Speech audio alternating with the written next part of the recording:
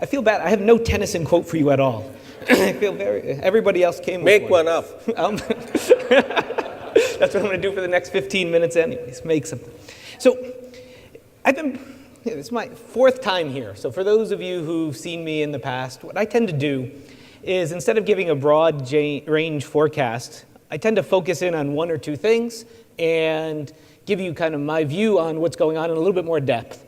And this is just a side. Part of the reason we moved from economic forecast to economic outlook was my resistance to forecasting.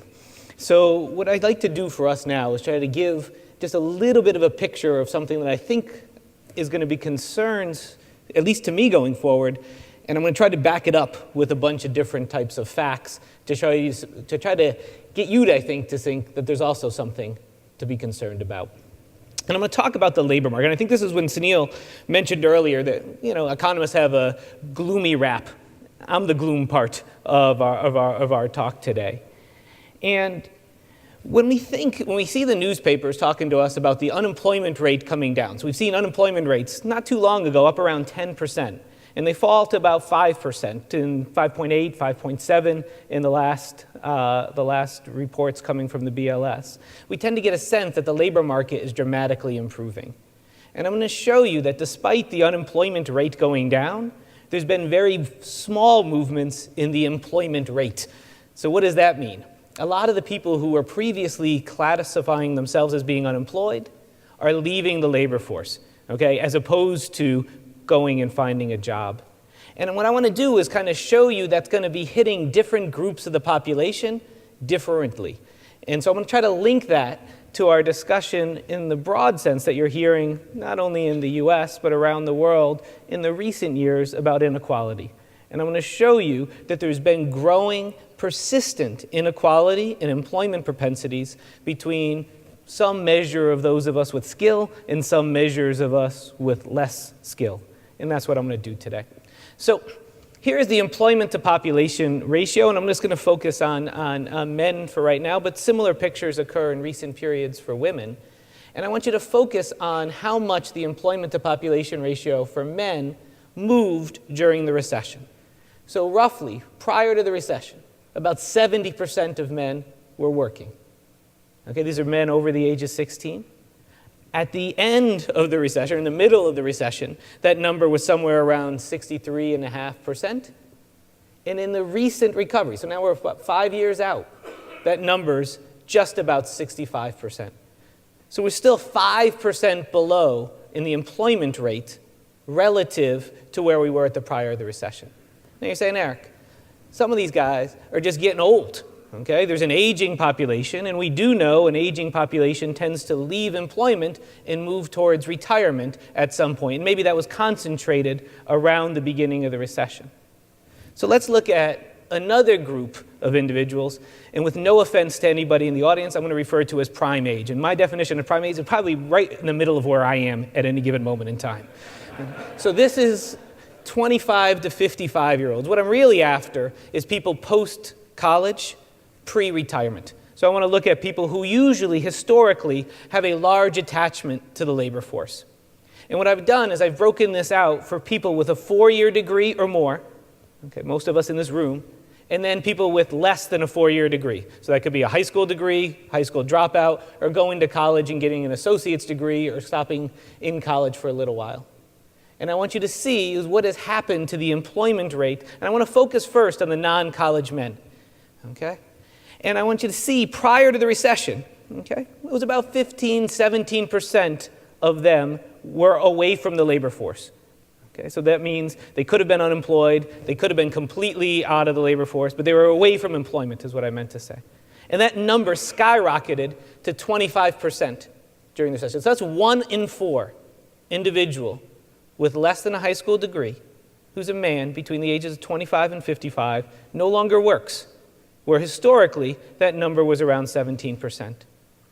In this number, the solid line is true data. Okay, this comes from the most recent data that we have, 2014 data. You're not seeing a huge rebound in the employment propensities of these lower skilled workers.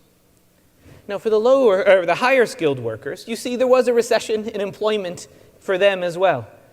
But that was much more muted compared to the lower skilled workers, where the employment rates went from, somewhere around, we'll call it 7%, non-employment rates from about 7% up to about 10% or so. So there's still been a movement, but nowhere near on the same order of magnitude as it is for lower skilled workers. And what you're starting to see is an inequality in employment propensities. And this is very different than the equality sometimes we hear about in the newspaper about the really rich relative to the regular rich relative to the median. What we're talking about here is just 70%, just to keep in the background, 70% of men 25 to 55 don't have a 4-year college degree. So that's 70% are in that top line, 30% do. And you can see a rise in the employment propensities. And if I showed you wage data, you'd be seeing roughly similar patterns. That the wages, and I'm going to use this word with purpose, of us, tend to be rising relative to the wages of people with less than a 4-year degree, okay, which have been relatively flat, not only through the recession, but basically for the last 20 years or so. Now, I'm going to show you one other picture, and I like this picture sometimes. This is in numbers of people as opposed to rates. But I want you to look at, these are just, if you count everybody who's employed, so this is both men and women, and ask whether they have a job, okay, so count jobs and link them to people, and then break them into 3 groups of people now based upon skill. 4-year college degree, high school degree or less, that's the bottom one, or some college. That could be a 2-year college degree or stopping on a campus for a year or 2 without a degree. And I've normalized this so we could read things in percentage changes. So in year 2000, everything's indexed to 1. And then I just count the number of jobs filled by somebody with a 4-year degree, a high school degree or less, or somewhere in the middle. And then take, because it's an index, the percentage change you could read right off the graph. And what I want you to take a look at is employment for those of us with a high school degree or less has been stagnant till the recession. The recession, 10% of those types of jobs filled by people with a high school degree or less went away, and there's been 0 rebound. Okay, this data is through December of 2014, the most recent data we have available. I want you to look at the top line now for the 4-year college or more. And I want you to look right at the end, right in 2014 December. You're hearing the good news in the labor market in terms of jobs being created in the recent months. And we hear, listen, the Wall Street Journal, CNN, whatever your favorite news source is, employment's growing in the US. You could see the uptick.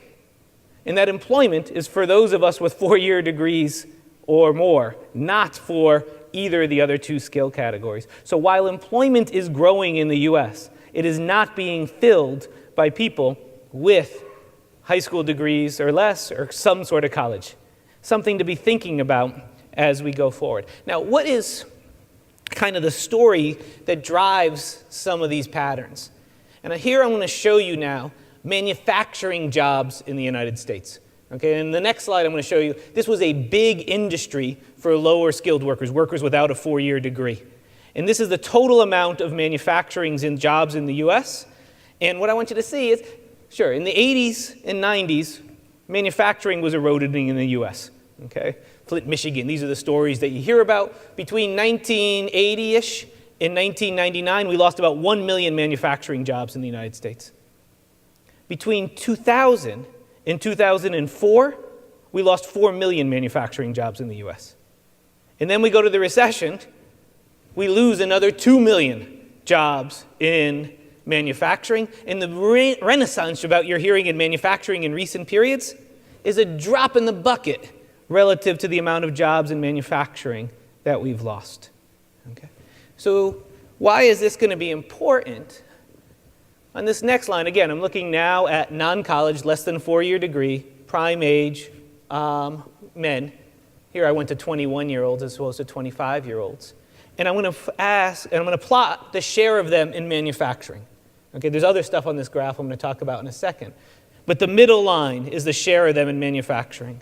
And if we go back to the late 1970s, about a quarter of all men, not working men, all men in this age range worked in manufacturing. This is a very important sector for this skill group. And that's been eroding over time, and you see that big decline in the early 2000s that we just talked about before because these manufacturing jobs went away. Now you're saying, why didn't we see the weak labor market conditions in the US showing up before the recession? And the answer was, well, there's another sector that lower skilled individuals tend to work, in this case men, that actually was booming at that time. That's construction. So I want to show you the amount of construction jobs over time. And the top line is just the sum of the two. And you could see construction and manufacturing in the early 1980s, late 1970s, was about 1/3 of all men. Not all working men again. We know 17% of them didn't work. So add that on top of it. This is all men in this age range worked in these two sectors. And it just so happened that as manufacturing jobs were eroding in the early 2000s, construction was booming. And I'm going to use this word coming from some of my research, and you might have seen this picked up in the press from time to time. The construction boom masked some of the structural problems in the US labor force that has been occurring since the early 2000s that we would have seen had it not been for this housing boom that came along. So what does this mean going forward? And this is just, again, this is just before I tell you what it means, I'll tell you this is kind of, I have a series of papers kind of documenting this masking effect of the housing boom and how it basically changed our perception of the labor market in a many variety of ways. Besides the labor market being weaker, for those of us in the central bank or in policy circles using 2007 as a steady state in terms of the pre-period of the recession might not be the right pre-period of where the labor market was. The housing market did lots of things. Some of it might have distorted the picture of aggregate employment going forward. But what does this mean? Okay, so let's kind of summarize now what this means. The first thing is, it might be a medium run problem. And now I don't know what the medium run is. We could talk if we want about, a medium run 3 years, 5 years, 7 years, but here's what I know. People respond to prices. So in a world where there's not a lot of manufacturing jobs, and there's other jobs out there that accumulate, that have some different skill set than manufacturing, people will move to the job, acquire the skills for which the labor market is providing. And right now, if some of our labor market is providing jobs in healthcare or computer technology or such, without a 4-year degree, but some advanced associate's degree, people are going to accumulate those skills. Now the problem is, 50-year-olds just don't go to college to accumulate skills. Or when I go to college, go to any sort of training to accumulate skills. 20-year-olds do. And you're starting to see younger cohorts moving into acquiring these skills, which means this problem corrects over periods of time.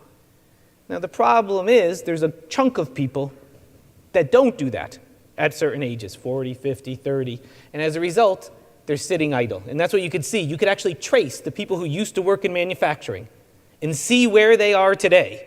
And those people who used to work in manufacturing are the same people sitting idle that are showing up in those non-employment statistics that I showed you before.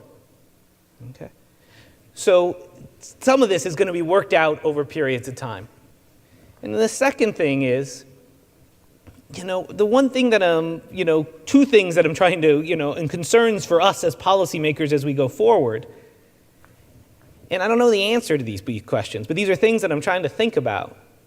Is first, can everyone acquire the skills necessarily to move to the labor force that are training today? And what are those skills, and when are they provided? So my colleague, Jim Heckman, works a lot on this. Should we be investing in people when they're 4? Okay. Other people are trying to invest in people in high schools. Other people are saying we need to provide job training programs for people in their 20s and 30s. So what is the right lever to push, and who's responding to those levers is something I don't know. And those are things we're going to have to think about. If there is a friction in people's ability to accumulate skill, we might want to think about that as policymakers. But on the flip side, one thing that I'm also worried about is well-intended us. What do I mean? Sometimes when we see people who have no jobs, we might want to provide some sort of incentives to, or not incentives, some sort of support to them. Why? Because that's going to, might feel like the right thing to do. And I might feel that, you might feel that. I don't want to make any judgment on that. But what we do know is that some of those incentives discourage work. And this problem could propagate itself if we can enact policies that tend to discourage work effort over time. And how do you balance those types of issues? It's something for the political system, it's something personal among all of us. I don't have the answers, but I think those are the kind of discussions we need to have as we're going forward. So I think I'm almost done. I just want to kind of summary together, and I want to say one other thing kind of tying up with Randy's comments before. This weakness in the labor market, I think, is directly going to be related to our assessment of price dynamics going forward. Why? So when we're talking about inflation, one of the main costs firms face is labor inputs. So when the costs sometimes rise, firms then pass on those costs in terms of higher prices. In a world where there's so much slack in the labor market, it mitigates how much wages could rise. And in those types of environment, we might not see the same type of price pressure, all else equal, as we would have seen in other scenarios. So Randy's concerned about deflation is, I think, at its core going to be linked to what's going on in the labor market. If there's such slackness in the labor market, there's not going to be that same upward pressure on prices that you would see in other time periods. And I think we could continue that discussion as we go forward. I'm done.